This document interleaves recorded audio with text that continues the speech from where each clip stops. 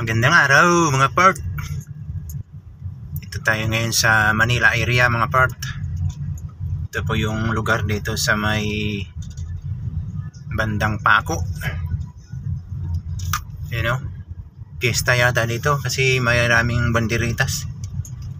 Itong kabila dito, yung linya na yan, itong ano na to, Onyx na to. Lagi sinasara yung ano na yan, kabila.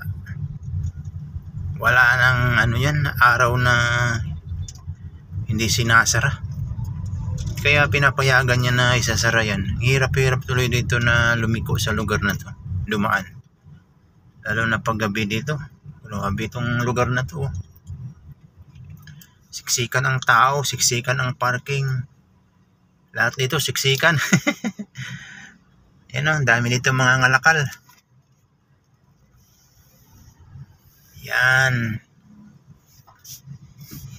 Dito, dami dito ano, yung junk shop.